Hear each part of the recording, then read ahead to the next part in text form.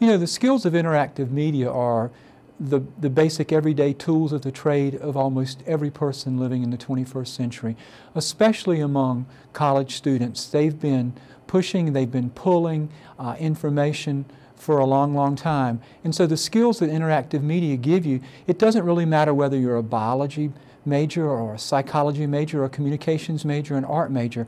The idea that you can create and share information that can be delivered to people in all kinds of different ways, not just online, but through DVDs and CDs, even on telephones. So the idea that you can create that information and send it out is just, to me, is just the way it's going to be for every field of study and for every kind of job in the future. And using the communication tools of interactive media and learning those is just simply, it keeps you where we need to be in the 21st century.